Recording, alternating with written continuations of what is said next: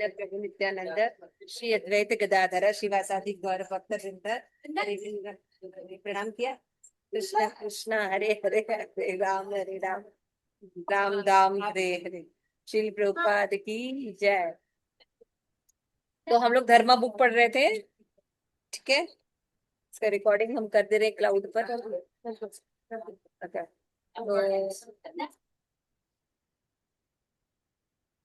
तो जैसा कि पुरुषोत्तम मास चल रहा है, आप सभी होपफुली अध्याय 15 भगवत गीता का कर रहे होंगे डेली, और चौराष्टकम कर रहे होंगे सारे लोग, है ना।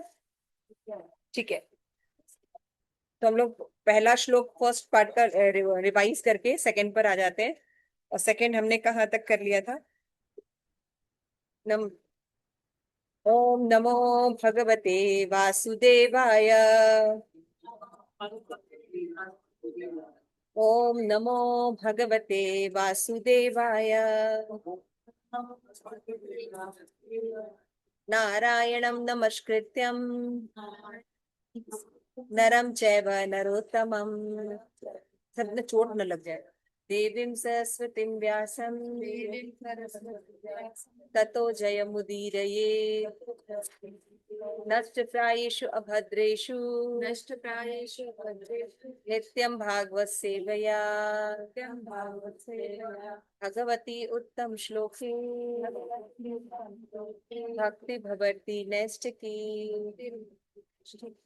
मुखं करोति वाचालं पंगुं लंघयते गिरिं यत्कृपातमहं वन्दे श्रीगुरुदीनतारिणं परमानन्दमाधवं। हरे कृष्णा कृष्णा कृष्णा हरे हरे, हरे राम राम राम हरे हरे। जैसा हम शिल प्रपात की स्मॉल बुक पढ़ रहे हैं धर्म, है ना, तो उसमें जो है शिल प्रपात ने श्रीमद् भागवतम से सारे क्वेश्चंस के आंसर हमें देने की कोशिश की थी, है ना। तो सबसे पहला क्वेश्चन यही था कि सभी मनुष्यों का धर्म क्या है।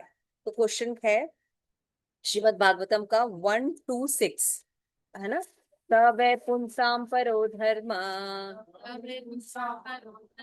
यतो भक्तिर अधोक्षजे हेतु की अप्रतिहता या आत्मा सुप्रसीदति। इसका क्वेश्चन का आंसर मिला कि धर्म क्या है, धर्म की क्या डेफिनेशन है। फिर हमने देखा कि सभी लोगों का धर्म क्या है, भगवान की भक्ति करना। यस, उसके बाद हम देखे थे सेकंड चैप्टर, कृष्ण को हाँ और माया को ना। जिसमें जो श्लोका था कि हम ये जो गति है भक्ति अहेतुकी और अप्रतिहता कैसे कर सकते हैं, तो उसका आंसर इसमें दिया गया था। तो श्लोका नंबर 1-7।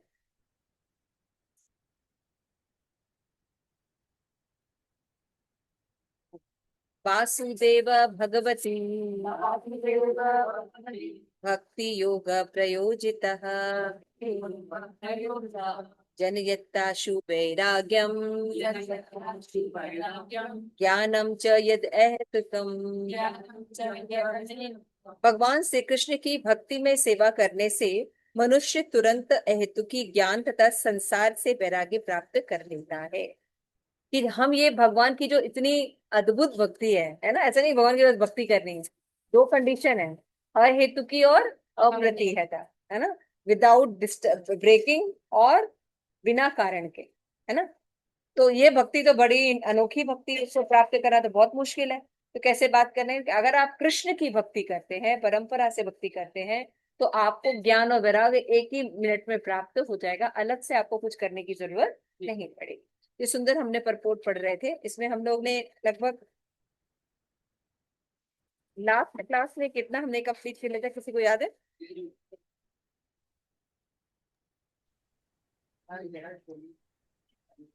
हरे कृष्णा माता जी। पेज 15 का लास्ट पैरा पढ़ना है। 15 में लास्ट में पढ़ना है ना। कभी कभी लोग प्रश्न करते हैं। नहीं, यदि आप कृष्ण के विषय में श्रवण करते हैं। 15 हाँ, इसका लास्ट एपिसोड।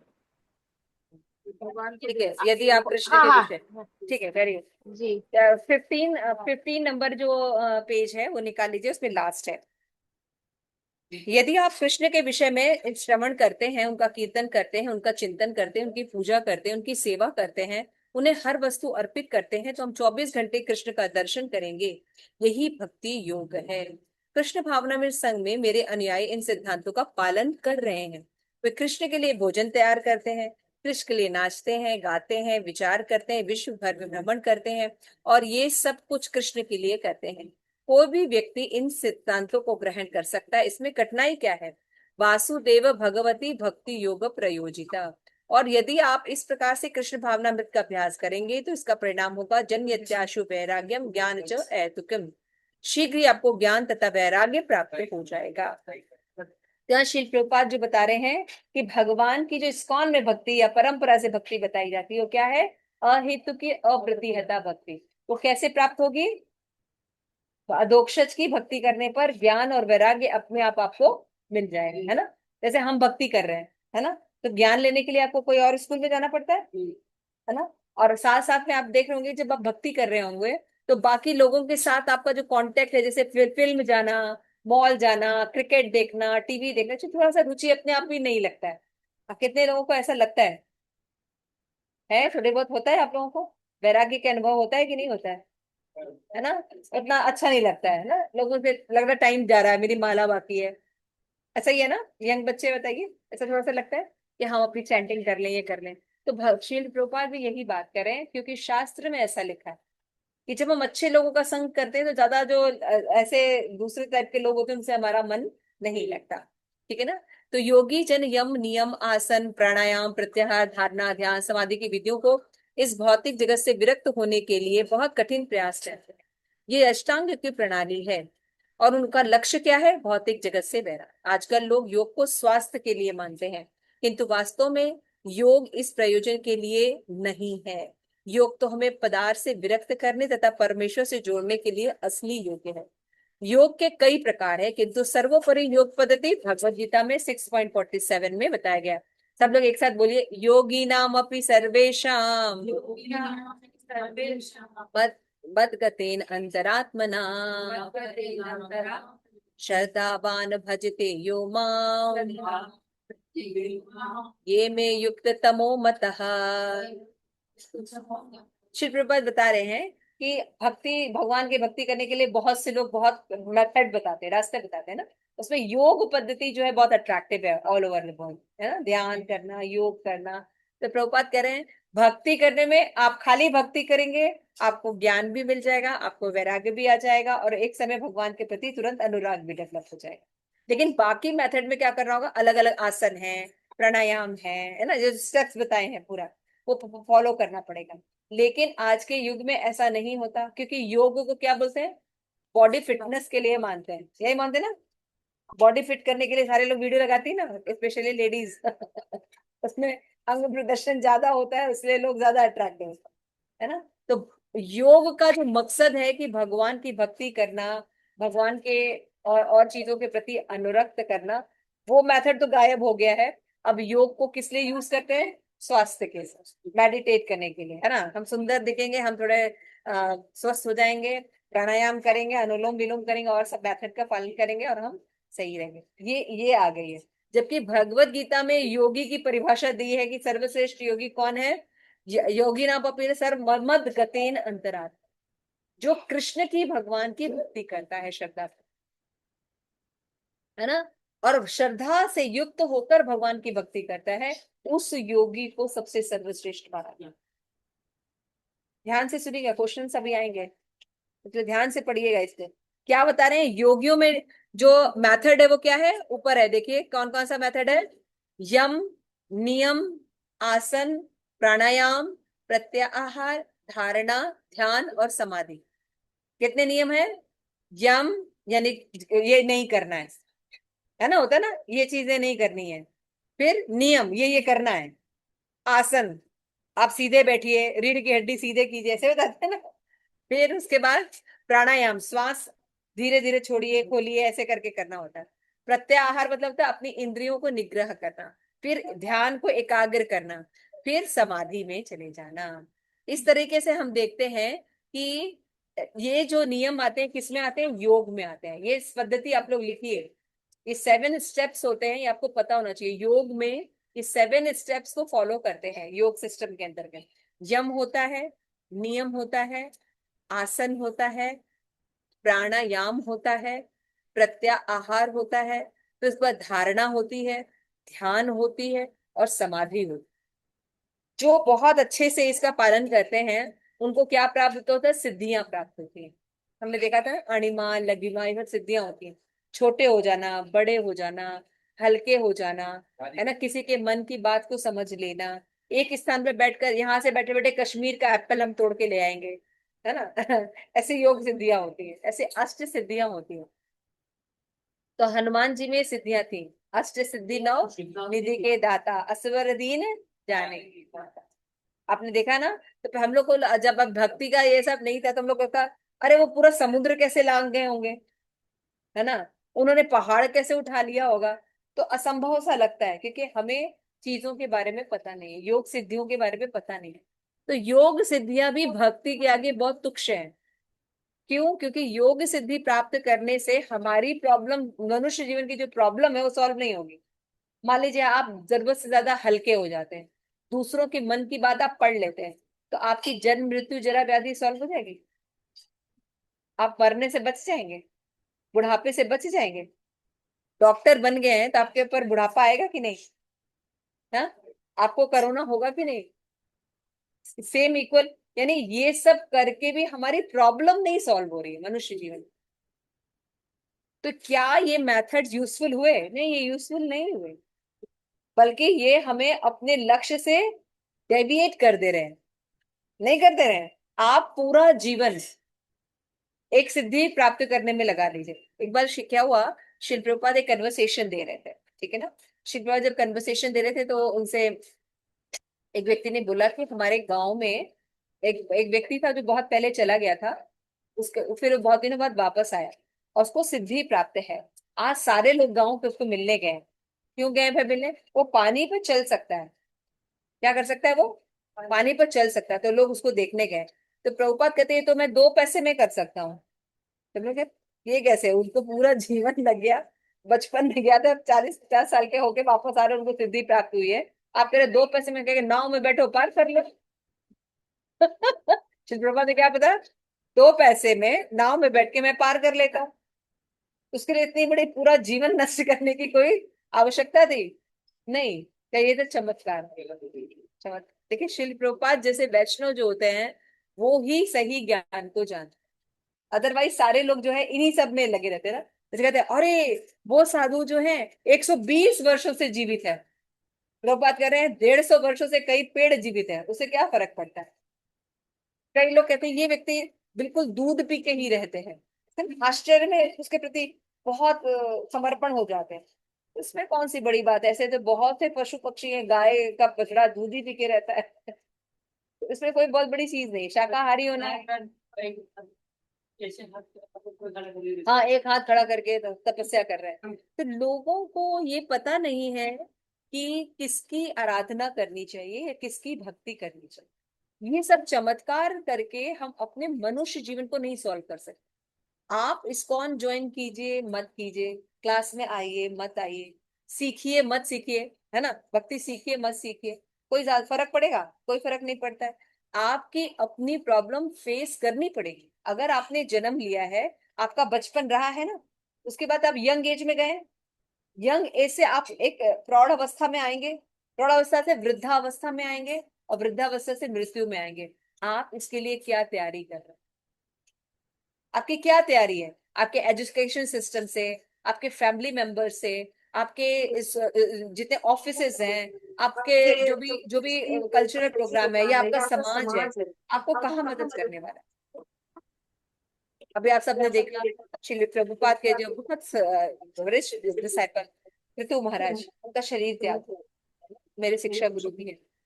उन्होंने दिखाया कि अगर कोई व्यक्ति भक्त होता है तो खुद तो अपना जीवन भक्ति में बिताता है, साथ में अगर कोई उसकी हेल्प करता है तो करता क्या है?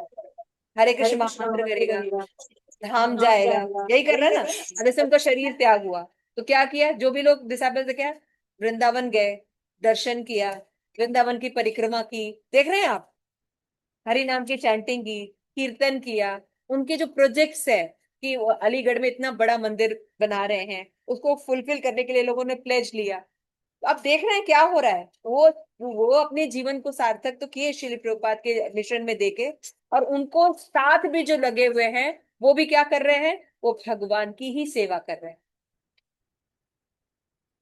भगवान की ही सेवा कर रहे हैं। बेस्ट डॉक्टर, बेस्ट सब चीजें, लेकिन वो हमें दिखा रहे हैं कि कुछ भी आपकी हेल्प नहीं कर सकता। शरीर त्याग के एक दिन पहले वो एम्बुलेंस में लाए गए, क्योंकि उनकी इच्छा थी कि राधा श्याम सुंदर के दर्शन करें, है ना। उनकी इच्छा थी कि मैं वृंदावन में शरीर त्याग, है ना।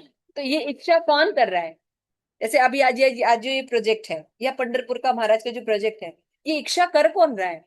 एक वैष्णव कर पा रहे हैं ना, हम लोग ने तो नहीं सोचा ना, हम लोग तो अपना घर बना रहे हैं या अपने और लोगों का कर रहे हैं, लेकिन ये प्रोजेक्ट इनके बारे में सोच कौन रहा है, समाज के बारे में सोच कौन रहा है, हमारे वैष्णव सोच रहे हैं।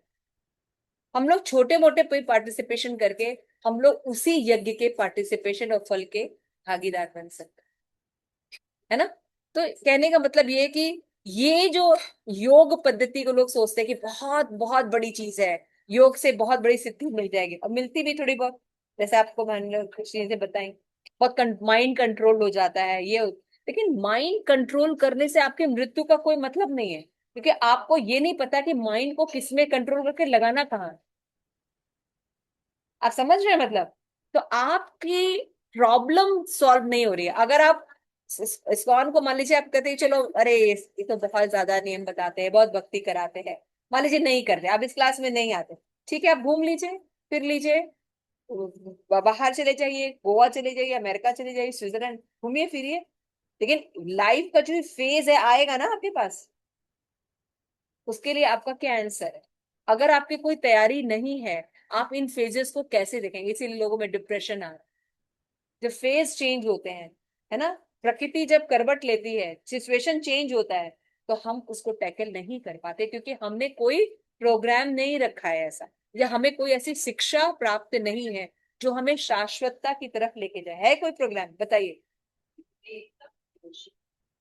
आपके इस प्रोग्राम में जो आपको इस्कॉन में प्रोग्राम, ये वैदिक संस्कृति के जो सिद्धांत है, जो आचार्य है, उन्होंने, चैतन्य महाप्रभु ने खुद आके देके गए कि कलयुग में कुछ काम नहीं करेगा, लेकिन भगवान का नाम और भगवान में कोई अंतर नहीं।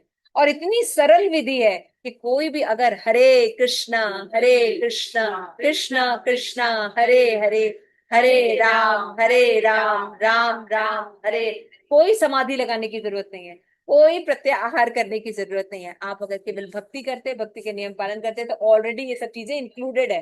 प्लस भक्ति भी, जीवन का लक्ष्य भी, आपके जीवन की समस्याओं को भी आपको देखने की, लड़ने की सहनशीलता प्राप्त हो जाए, है ना। वो मृत्यु के समय रो नहीं रहे थे, अरे मेरी मृत्यु आ गई कृतु महाराज, रो रहे थे नहीं। वो लास्ट तक ये कह रहे थे, क्यों, क्योंकि उनको पता है कि शरीर का जो है वो सफर खत्म हो रहा है, लेकिन आत्मा का सफर नहीं खत्म हो रहा है। आप सभी आत्मा हैं, आपके शरीर का सफर खत्म हो सकता है, लेकिन आत्मा के बारे में अगर आप नहीं सोच रहे हैं, तो आगे आने वाली लाइफ फिर वैसे ही मिलने वाली है ना। आप समझ रहे हैं मतलब। तो शरीर भी त्याग हो रहा है, तब भी आपके पास पूरा पूरा प्लानिंग है आपके आत्मा के लिए।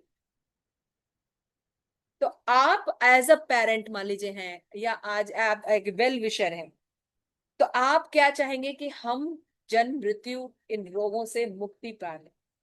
हमारे जो हम पर निर्भर हैं, हमारे जो बच्चे हैं, हमारे जो लोग हैं जिनको हम प्रेम करते हैं, हमारे फ्रेंड्स हैं, आप चाहेंगे कि वो भी इसको ना फेस करें, यही चाहेंगे ना। तो इसके लिए बहुत जरूरी है भक्ति योग की ये डेफिनेशन समझना। 6.47, असली योगी वो है, या समस्त योगियों में जो अत्यंत श्रद्धा पूर्वक मुझ में सदैव वास करता है, अंतःपुर में मेरे बारे में सोचता है, मेरी दिव्य प्रेमा भक्ति करता है, वो योग में मुझे घनिष्ठ पूर्वक जुड़ जाता है, वह सर्वोच्च है, यह मेरा मत है। वह सर्वोच्च योगी वो है जो सदा कृष्ण के बारे में सोचता है, कृष्ण के विषय में चिंतन करके सरल उपाय करता है, क्या, हरे कृष्णा कृष्णा कृष्णा हरे हरे, हरे राम राम हरे हरे का जप करता है। इस विधि से जीव, वाणी और सुनने की प्रक्रिया, ये सभी कृष्ण को केंद्रित हो जाती है। यही समाधि है, जिसका अर्थ है कृष्ण के विषय में विचार में लीन होना।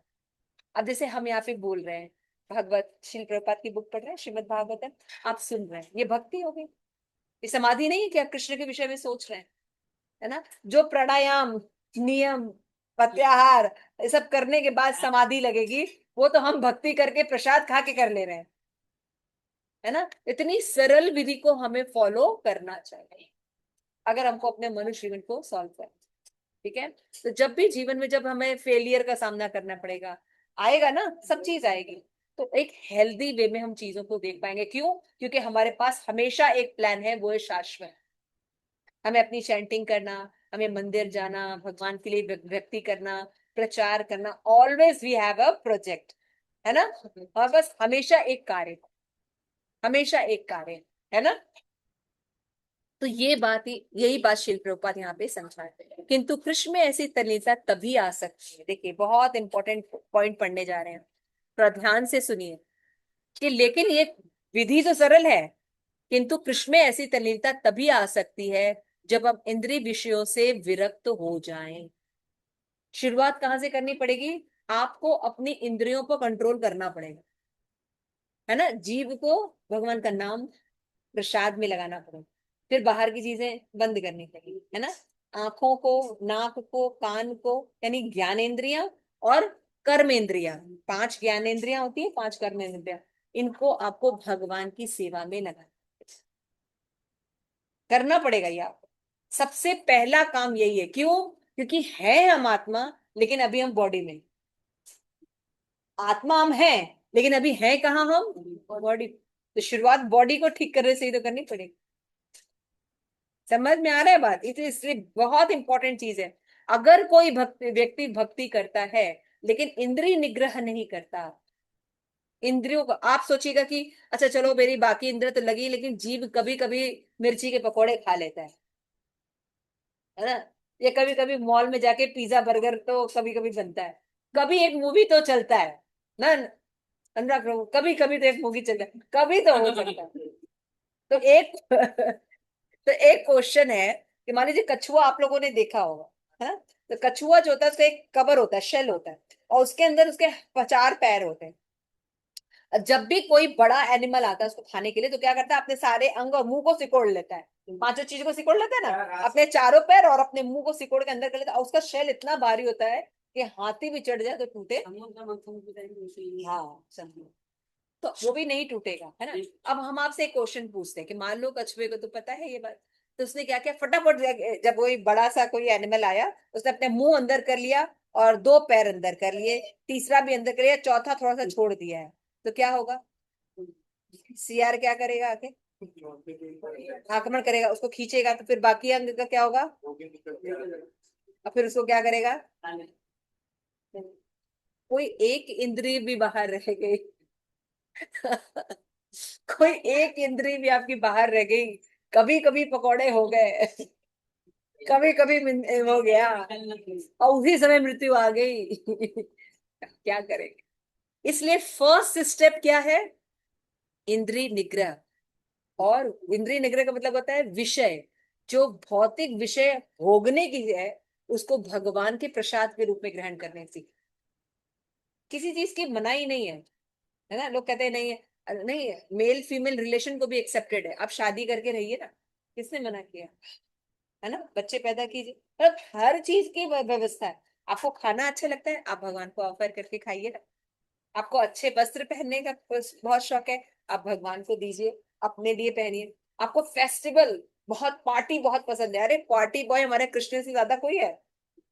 एक दिन में 8 ड्रेस और 8 पैराफिनेलिया चेंज करते हैं, वो भी बेस्ट पैराफिनेलिया मतलब भौतिक प्रकृति भी चेंज हो जाती है। आज हमारे ठाकुर जी ने मैंगो मैंगो मैंगो फेस्टिवल, है ना, पूरा पूरा मैंगो मैंगो श्रृंगार हुआ है भगवान का अब वो हर दिन फेस्टिवल ही रहता है हमारे, किसी के यहाँ एक दिन फेस्टिवल होता है, हमारा रोज फेस्टिवल है।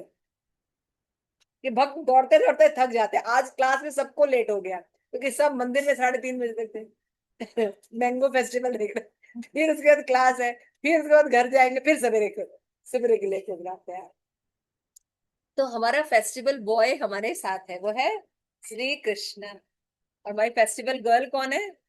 श्रीमती राधा, है ना। 24 आवर वो फेस्टिवल ही करते रहते। सो हमें क्या करना है, ये एक श्लोका याद रखे, 2.44, भोग ऐश्वर्य प्रसक्ता नाम दया अपहत चेतसाम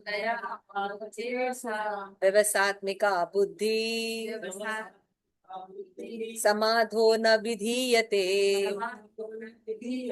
जो लोग भौतिक भोग तथा ऐश्वर्य में बुरी तरह आसक्त हैं, वे समाधि यानी कृष्ण भावनामृत में तल्लीनता प्राप्त नहीं कर सकते। समझ में आ गया? जो भौतिक ऐश्वर्य में अपने आप को भोक्ता मान के भोगने लगेंगे, उसमें भगवान का कंट्रीब्यूशन नहीं देखते हैं, प्रसाद रूप में नहीं ग्रहण करते हैं, वो लोग कृष्ण भावनामृत नहीं अपना सकते। समझ में आ रहा है? फर्स्ट स्टेप क्या है? इंद्रिय निग्रह। याद रखिए, शुरुआत हमें कहाँ से करनी है? अपनी इंद्रियों को भगवान की सेवा में लगाने से। वे सोचते हैं कि भौतिक भोग और ऐश्वर्य उन्हें सुखी बना देंगे। क्यों इतना वो इन्वॉल्व रहते हैं पैसे कमाने में भौतिक जगत में? क्योंकि सोचते हैं पैसा आने से हम सुखी हो जाएंगे। सुखी है सब लोग, अमेरिका में सबसे ज्यादा पैसा है, सब सुखी है। पैसा आने से हम सुखी नहीं होते, इसलिए अपहत चेतसाम यानी मोहग्रस्त कहलाते हैं। यदि आप भक्ति योग का अभ्यास करेंगे तो वैराग्य स्वतः आएगा, उसके पीछे पीछे कृष्ण भावना मिल में तल्लीनता भी आ जाएगी, है ना? कृष्ण से भक्ति करेंगे। मैंगो वाला ड्रेस देखने के लिए तो सवेरे उठना पड़ेगा, है ना? भक्ति करनी पड़ेगी, मंदिर जाना पड़ेगा, है ना? तो आदत होगी तभी तो करेंगे हम लोग, है ना? नहीं तो कोई दूर भी है तो कम से कम व्हाट्सअप तो चेक करेगा ही, नोएडा का वेबसाइट जाएगा देखेगा भगवान के लिए। तो अगर हम भगवान की भक्ति करते हैं तो वैराग्य और भगवान में प्रेम अपने आप स्टैब्लिश हो जाता है, ज्ञान अपने आप आ जाता है ना? अभी हम आपसे पूछे, देखिए अभी आप लोग को ज्ञान कितना आया, ठीक है ना? तभी क्वेश्चन पूछते जो हमने पढ़ा। तो योग का साधारण जीवन में क्या मतलब है? योग का साधारण लोग क्या मतलब निकालते हैं? स्वास्थ्य लाभ के लिए योग को समझते हैं, ठीक है ना? तो योग के कौन कौन से स्टेप्स हैं?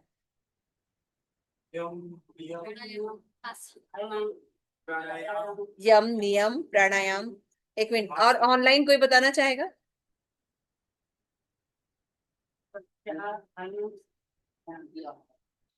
हाँ, यम, नियम, प्रत्याहार, धारणा।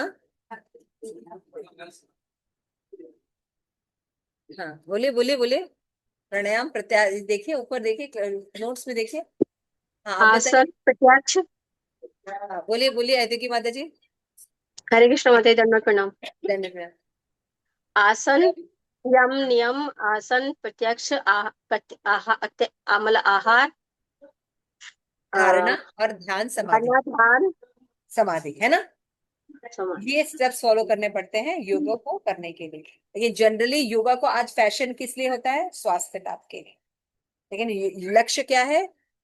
भगवान की भक्ति करने के लिए योग रखा गया था, है ना? अच्छा, तो भक्ति में सबसे सरल कार्य क्या करना है? हरे कृष्णा हरे कृष्णा कृष्णा कृष्णा हरे राम हरे राम राम राम। है ना? तो पावनी माता जी का पोता कहाँ रहता है माता जी? अर्जेंटीना में रहता है। कितना बड़ा है माता जी? 1.5 साल का है। और हरे कृष्णा पे कैसे नाचता है? हरे कृष्णा हरे कृष्णा कृष्णा कृष्णा। पेट में बच्चा है इनके, ये भी हरे कृष्णा सुन रही तो वो भी सुन रहे हैं। हरे कृष्णा कृष्णा कृष्णा हरे हरे, हरे राम राम राम। अब देख रहे हैं, जन्म हुआ है, नहीं हुआ है, 1 साल का बच्चा है, 6 महीने का बच्चा है, वो भी बड़ी आराम से भगवान की भक्ति कर सकता। और भक्ति करने से ही ज्ञान और वैराग अपने आप प्राप्त हो जाता है। इसके लिए अलग से प्रयास करने की, हिमालय जाने की कोई जरूरत नहीं है, ठीक है ना? अभी प्रसाद भी मिलेगा बढ़िया। तो इस तरीके से हमने देखा कि शिल प्रभुपाद आज हमें ये समझाने की कोशिश कर रहे हैं कि भोग ऐश्वर्य से नहीं निकलकर हमें भगवान की भक्ति करने से देता। तो सबसे पहले भक्ति में क्या स्टेप फॉलो किया जाता है? सबसे पहले भक्ति में कौन सा स्टेप फॉलो किया जाता है? इंद्रियों का निग्रह करना। Very right. Very very correct. सबसे पहले अगर हमारी इंद्रियां कर, आप घर में रहिए, बाहर रहिए, किचन में रहिए, वृंदावन में रहिए, लेकिन अगर आप पिज्जा खाने के लिए जा रहे हैं तो आपकी बेकार है। लेकिन वही पिज्जा अगर गोविंदा से खाने जा रहे हैं तो बहुत बढ़िया। समझ रहे हैं? वही पिज्जा भोग लगा के खा रहे हैं तो वो और बढ़िया है। समझ रहे हैं? तो हमें भोगों से अलग नहीं किया जा रहा है, बस उसमें हमें प्रसाद के रूप में लेने को कहा जा रहा है। तो वही हमारी मुक्ति का कारण बन जाता है। कितनी क्लियर हो गया? तो आज से आप लोगों को शुरुआत कहाँ से करनी है? गोविंदास से करनी है। अब इसके दो मतलब हो गए गोविंदास के, एक गोविंदा रेस्टोरेंट और एक गोविंदा कृष्णा। नहीं तो यहाँ पे गोविंदा रेस्टोरेंट की तरफ हम आपको नहीं भेज रहे हैं, हम आपको गोविंदा की तरफ भेज रहे हैं। संपूर्ण कृष्ण भावनामृत आंदोलन ज्ञान तथा वैराग्य के सिद्धांत पर आधारित है। प्रभुपाद क्यों करेंगे? आपको मिल जाएगा, क्योंकि इस जो कृष्ण भावनामृत आंदोलन, इसमें ज्ञान भी है और वैराग्य भी है। देखिए अभी आपसे क्वेश्चंस मैंने पूछा, ये बड़े बड़े योगी नहीं बता पाते हैं। आप बड़े बड़े योगियों से भी बात कीजिए तो वो ये आंसर्स नहीं जानते। जो आप यहाँ पे बैठे हुआ छोटा सा बच्चा भी जानता है कि कृष्ण परम सत्य कौन है, कृष्ण। ये बात बड़े बड़े योगी भी नहीं जानते। आप समझ? तो यही श्रील प्रभुपाद कह रहे हैं कि ये आंदोलन ही वैराग्य पर आधारित है, ज्ञान आधारित है। कभी हम ज्ञान अज्ञान में सोचते हैं कि यह मैं ये शरीर हूँ, शारीरिक विस्तार, यानी मैं हूँ, या तो ये है क्या पति पत्नी बच्चे पोते बहू दामाद, इसी से जुड़ा हुआ है। तो क्या कृष्ण भावनामृत में रिलेशन नहीं होता है? प्रभुपाद विलेज बन रहा है। है ना, जिसमें सारे रिलेशन डेवलप किए जा रहे हैं कि एक साथ रहिए। तो रिलेशंस यहाँ पे भी हैं, लेकिन ये कृष्ण प्रसाद के रूप, कृष्ण सेंटर्ड है यहाँ पे। ये रख के पीछे। हाँ, तो यहाँ पे देख रहे हैं, इस तरह हम अपने इर्द गिर्द अपनी आसक्ति बनाते हैं। इन आसक्तियों को तुरंत ही नहीं त्यागना चाहिए, अपितु उन्हें कृष्ण भावनामृत से जोड़ देना चाहिए। ये बहुत इंपॉर्टेंट लाइन है। कृष्ण भावनामृत आंदोलन में आपको कुछ भी छोड़ने के लिए नहीं कहा जाता, आपको जोड़ने के लिए कहा जाता है। It's very important formula to understand. Generally जब हम भक्ति से जुड़ते हैं शुरू शुरू में, तो हम लोगों से कट जाते हैं, फैमिली से कट जाते हैं, माँ बाप से कट जाते हैं, सबको छोड़ने लगते हैं। कभी भी कृष्ण कॉन्शियसनेस में ये चीजें नहीं सिखाई जाती। अगर हम भक्ति कर रहे हैं तो हमें अपने बल पर कुछ सेवा भी करनी चाहिए, है ना? जैसे हमें भोग लगा लेना चाहिए। इन हम जनरली भक्ति दूसरों के कंधे पे बंदूक रख के चलते हैं। मम्मी सब कुछ करेगी, पत्नी सब कुछ करेगी, और पति प्रभु जी केवल भक्ति करेंगे। चलेगा क्या? प्रभु जी लोग केवल, हाँ प्रभु जी लोग केवल भक्ति करेंगे, चलेगा? केवल भक्ति करेंगे, और पत्नी सब करेगी, वो भोग भी लगाएगी, वो घर भी करेगी, वो अपनी माला भी करेगी। नहीं, समझ में आ रहा है? ऑलराउंडर होना चाहिए ना। तो ये सब ध्यान रखना चाहिए। जब मान लीजिए आप किसी ऐसी फैमिली में जहाँ कोई भी भक्त नहीं है, आपने भक्ति शुरू की, तो क्या होगा? आप अपनी मम्मियों पर डिपेंड हो जाएंगे, ये भी करो वो भी करो वो भी करो। भाई कैसे करेगा? उसको पूरा परिवार भी देखना है, और बाकी परिवार में तो भक्त है नहीं, यानी उसको वो भी प्रसाद बनाना है, फिर तुम्हारा बनाना है। तो आप you have to contribute something ना। हायर गोल रहता है तो हायर काम भी करना पड़ता है ना। तो ये सब चीजें हैं, ये लाइन समझनी बहुत जरूरी। हम लोग जनरली जब बच्चे जुड़ते हैं, नए नए बच्चे लोग जुड़ते हैं, तो क्या होता है? सबसे कटने लगते हैं, तो फिर हम फैमिली की कंप्लेन आनी शुरू होती है ना, कि अरे ये तो कहीं जाती ही नहीं है, ये तो जब समाज में उठना जाता है। हम तो नहीं सिखा रहे हैं कि आप ऐसा मत करिए, बल्कि हमें और जाना चाहिए। प्रसाद का जहां तक है, हम अपने घर से प्रसाद खा सकते हैं या स्मार्टली प्ले कर सकते हैं। वहां गए, हमारे पास जगन्नाथ जी का चावल हमेशा होना चाहिए। कृष्ण बड़ा चतुर है ना, जितने दूध के प्रोडक्ट से आप ले सकते हैं, मिठाइयां आप ले सकते हैं, फल फूल ड्रिंक्स ले सकते हैं। तो आपको देख रहा है कि आप पूरा खाना खा रहे हैं कि नहीं खा रहे। फिर ऐसे कई फूड्स होते हैं जो कि हम ले सकते हैं, है ना, क्योंकि भगवान विग्रह तक सीमित नहीं है। अगर आप आह्वान करते हैं तो भगवान उसको प्रसाद बना देते हैं। आप समझ रहे हैं?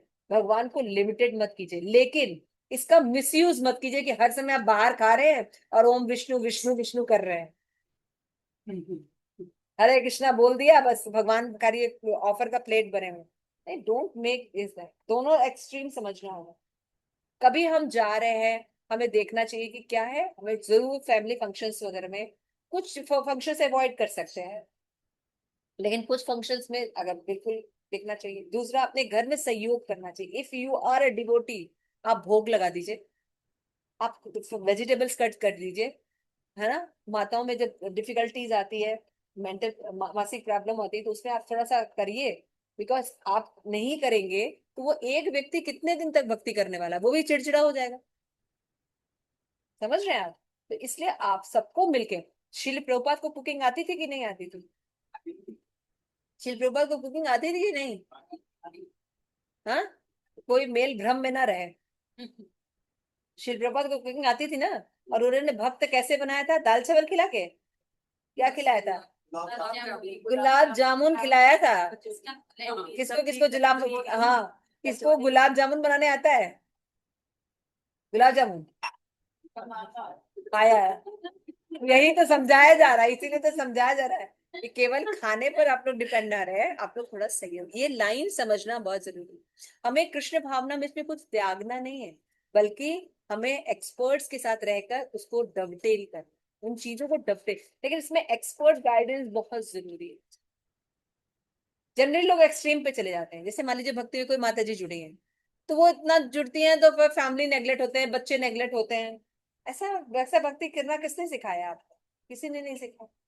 समझ रहे हैं? ये बताएगा कि आप अपना जो लेजर टाइम होता है उसमें चैंटिंग करिए।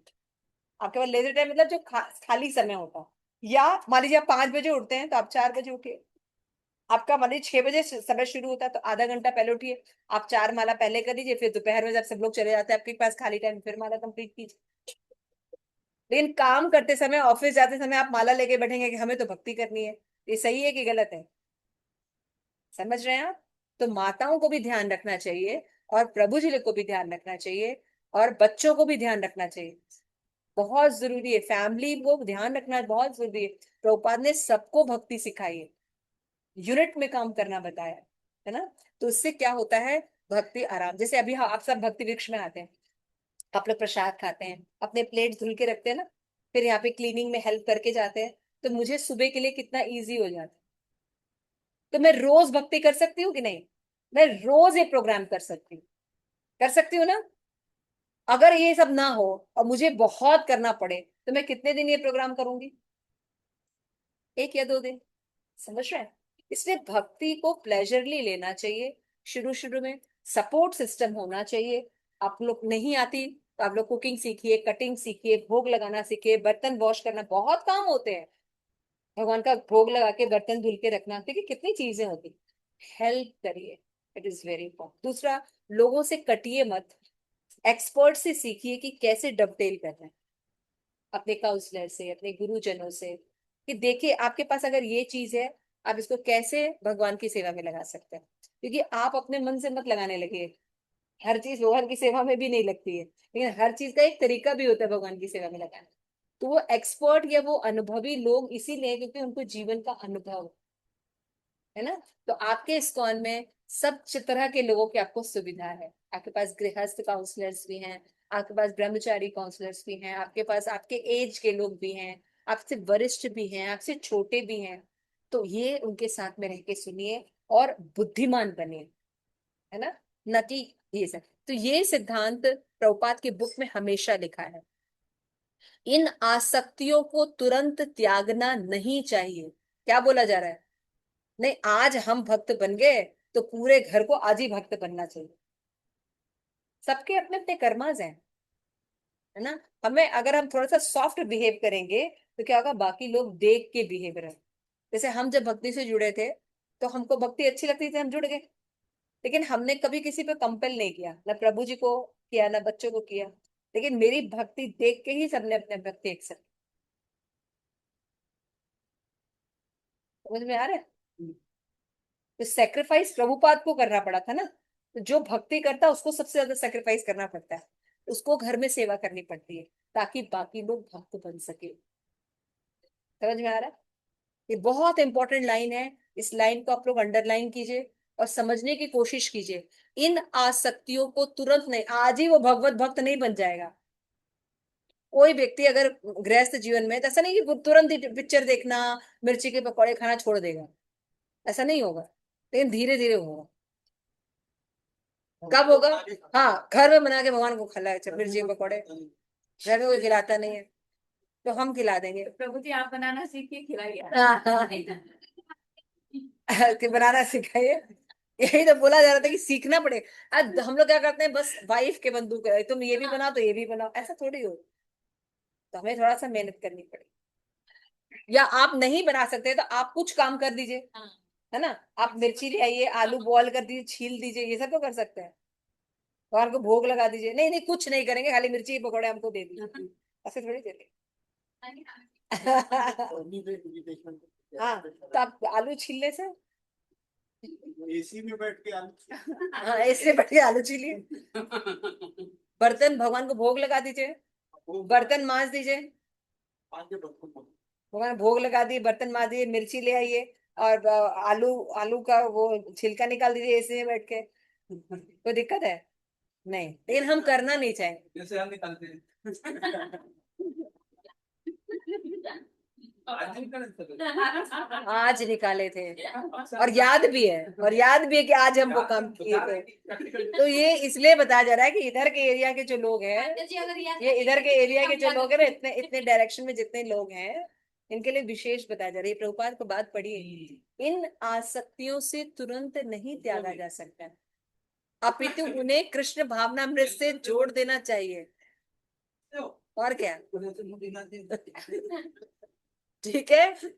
इसके लिए शील प्रभुपाद, क्या प्रभुपाद ये बात अपने बात से बोल रहे हैं? हरि बोल। क्या प्रभुपाद ये बात अपनी बात से बोल रहे हैं? नहीं, प्रभुपाद शास्त्र से बोल रहे हैं। श्रीपाद रूप गोस्वामी के सिद्धांत को बता रहे हैं। कौन सा श्लोका है? अनासक्त विषयान यथा उपमंजित निर्बंध कृष्ण संबंधे युक्त वैराग्य उच्यते। देखिए, दो प्रकार का वैराग्य होता है। एक होता है युक्त वैराग और एक होता है फल्गु वैराग। ये किसी ने शायद आपको नहीं बताया। फल्गु वैराग्य, एक फल्गु नदी बहती है बिहार में, ऊपर से रेत दिखाई देता है, सब लोग सोचेगा रेत है, लेकिन जरा सा हाथ डालेंगे तो पानी रहेगा। तो फल्गु वैराग्य क्या होता है कि भगवान से संबंधित कुछ नहीं है, ये नहीं जानता है कोई व्यक्ति, और हर चीज को त्याग देता है। भगवान से हर चीज कैसे रिलेटेड है ये समझे बिना हर चीज को त्याग देना, इसको फल्गु वैराग्य बोलते हैं। समझ में आ गया? क्लियर हो गया? और असली वैराग्य क्या है? अनासक्त विषयान यथावुन उपयंजते निर्बंध कृष्ण संबंध है युक्त। पुरुष स्त्री को जो भी चीजें हैं उसको ये समझना चाहिए कैसे हर चीज भगवान से संबंधित है, और उसको उसी के सेवा में युक्त करना, है ना। आपको कहाँ कहा जा रहा है कि आप आंखों को देखना बंद कर दीजिए, बोला जा रहा है? कहाँ बोला जा रहा है कि सुंदर सुंदर वस्तुओं के दर्शन मत कीजिए, सबको करिए, है ना। आप सुंदर इस पुरुष है, आप तो स्त्री को वो देख भी रहे तो आपको ये दर्शन करना चाहिए, देखो भगवान की कितनी सुंदर क्रिएशन, तो भगवान कितने सुंदर है ना। सुंदरता देखनी तो कृष्ण की देखिए, कितने सुंदर हमारे राधा गोविंद जी है, गौर निताय जी है ना। तो इस तरीके से हमारा ये देखते हैं कि पुरुष स्त्री के गृहस्थों के रूप में कृष्ण से संबंध जोड़कर उनकी सेवा करने के उद्देश्य से साथ साथ रहना चाहिए। पति पत्नी बच्चों कृष्ण भावनिक कार्यों में लगाना चाहिए, और फिर ये सारे शारीरिक या भौतिक लगाव स्वतः लुप्त हो जाएंगे। हर परिवार कृष्ण या वासुदेव की पूजा कर सकता है, अतः आप अपने घर में एक छोटा सा अर्चा विग्रह या चित्र रखें, और एक को खाने के लिए भोजन पकाना पड़ता है, हर एक को खाने के लिए भोजन पकाना पड़ता है। अतः कृष्ण के लिए उत्तम शाकाहारी भोजन तैयार करें, विग्रह या चित्र को भगवान पर लगाएं, प्रसाद ग्रहण करें, यही भक्ति योग है। कुछ नहीं करना है, खाली एक भगवान की फोटो ले आना है। ऐसा नहीं कि अर्चा विग्रह केवल मंदिर में ही स्थापित किया जाता है। देखिए, मैंने अभी बताया भगवान को लिमिटेड मत कीजिए। अगर आपके पास जगन्नाथ जी का चावल नहीं भी है, आप कहीं ऐसी जगह हैं, बैठे हैं, वहां पे आप कुछ ऐसा शाकाहारी चीज ले रहे हो, वहीं पर भगवान को प्रणाम कीजिए। भगवान आपको मदद करेंगे कि नहीं करेंगे? भगवान खाली विग्रह में है? नहीं। भगवान वहां पे आके उन चीजों को पवित्र कर देंगे, और आप उनको ले लीजिए। भगवान आपकी इमरजेंसी समझते हैं। समझ में आ रहा है? तो आप दोनों एक्सट्रीम पर मत रहिए। तो फर्स्ट एक्सट्रीम क्या है कि सब कुछ चलता है, ये भी नहीं होना चाहिए, और सब कुछ बिल्कुल नहीं करना है। छोड़ देना है सब कुछ, अकेले रहना है, ये भी नहीं होना चाहिए।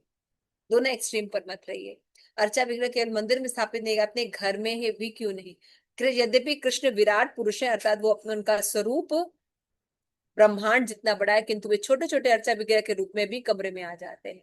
अर्णो अणियता महतो मध्यना, ईश्वर छोटे से भी छोटे और बड़े से भी बड़े होने की महानता रखते। साइंस से बहुत से डेवलपमेंट होते हैं ना, एक बड़ा एरोप्लेन बनता है, एक छोटा एरोप्लेन बन सकता है इतना छोटा?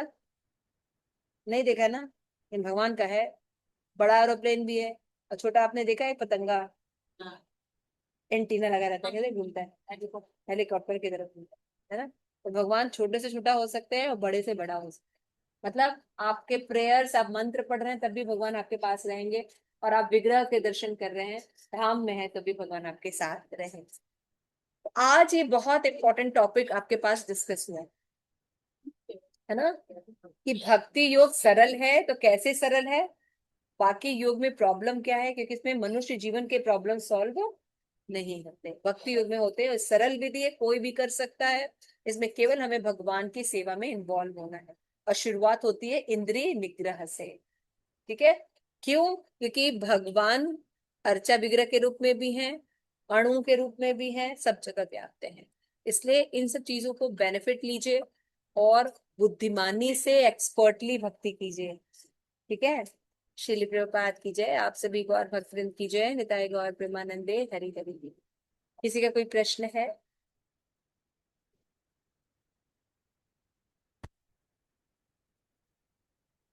प्लस का टेक अवे पॉइंट।